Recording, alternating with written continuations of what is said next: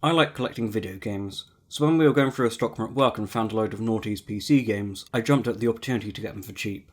One of these games was Escape Museum.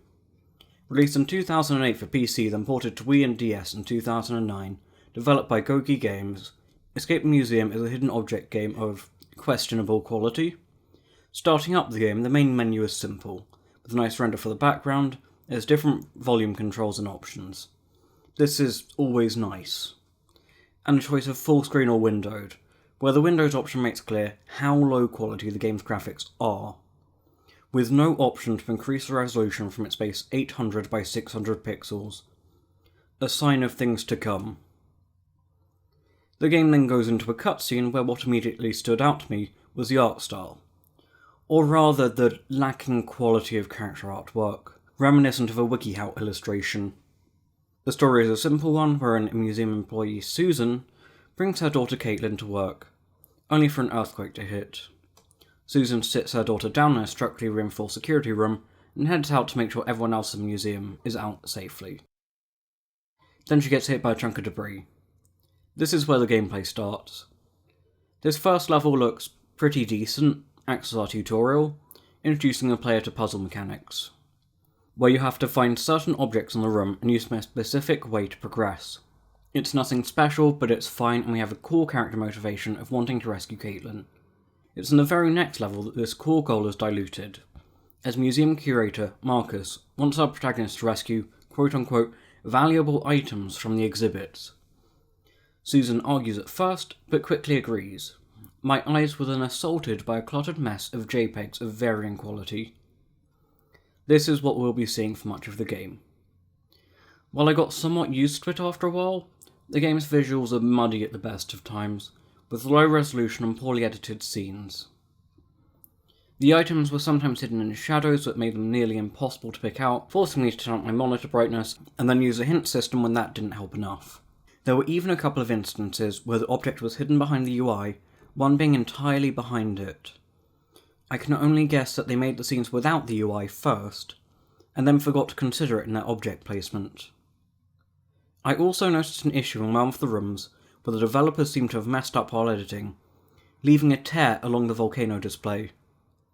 The valuable items turn out to be not all that, varying from actually valuable stuff, like fossils and swords, to absolute junk, like ball of yarn and tweezers. Most of the time, the actual artifacts just act as set dressing to clutter up the room and make it harder to make out obtusely hidden objects. Sometimes the items also have vague or just plain odd descriptions, like wall picture and pachyderm, which doesn't help matters. The levels are a roughly even mix of hidden object and puzzle, with many of the puzzle levels being about opening up routes through the museum. These puzzle levels operate on varying levels of complexity and obtuseness, at its most simple and believable involving you getting a key from the other side of a locked door, to using a canister of liquid nitrogen stored alongside a mummy in a display case to freeze flowing water blocking your path, to using a sword 5 times on a support pillar to get to fall over and destroy the wall opposite it in a hallway. Instead of going directly to our daughter, Susan opts to take a roundabout route around the entire museum before looping back to her daughter. Following some of the levels, the game features either a painting or weight puzzle. In the former, a canvas painting needs to be put back together as a jigsaw. These are decent minigames, but not how paintings work. The latter has you click to place down a weight on a pedestal, to allow you to take an artifact off a different pedestal next to it, matching the weight within a specified range by clicking at the right time. This is uninteresting, but inoffensive as far as minigames go. After these are completed, you unlock extra levels in rooms you've already been through. In these extra levels, there's a mix of finding valuable items and finding 10 of the same object. In the Find 10 levels, previous rooms are now inexplicably repopulated with new objects scattered throughout the room. I found these to be generally easier than the main hidden object gameplay, with some exceptions where the levels suffered from many of the same issues as their valuable item counterparts, with objects indistinguishable from the murky surroundings. Between main levels there are cutscenes of varying length, where Susan either comments on events to herself, or talks to someone else, most often Caitlin, or her husband, who gets himself detained by the cops while trying to get to her in the museum. The voice acting isn't anything to write home about, but speech bubbles accompanying the text sometimes have errors where they're just a default circle, not positioned around the text at all. It reeks of lack of care and potentially crunch, much the same as UI issues and poor image editing in the levels themselves.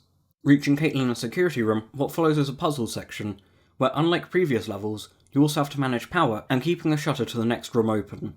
It adds an extra dimension to what is now a familiar gameplay loop. It is something that I appreciate as much as it isn't brilliantly implemented. At one point in this section, the game wants you to recognise a name from a previous level, which you cannot revisit. Thankfully, it can be brute forced if, like me, the name slipped out of your brain the moment you thought you didn't need it anymore. With Caitlin now reunited with her father, Susan has one last thing to do. In the victory lap around the museum, you have to recover significant artefacts from some of the rooms you've previously visited. Something I found to be a nice way to cap off the experience, rewarding paying attention to landmarks in previous levels. On the whole, would I recommend this game? No. Not without serious caveats. In case I haven't made it clear already, this game has a lot of issues, which seem to boil down to poor design and lacking care. As much as I had some fun with this game, there are so many better hidden object games and puzzle games out there to play, where if the core mechanics seem like something you'd like, I would rather point you towards near enough any other game in the genre. That said, it seems that this game sold well enough to get a sequel, which I have little desire to play after this experience. Until the next video, please like and subscribe. Maybe let me know your favourite bad games. Around the same time as playing this, I also played Alone in the Dark New Nightmare for the Game Boy Color, which I'm now oddly enamoured with. That's all for now.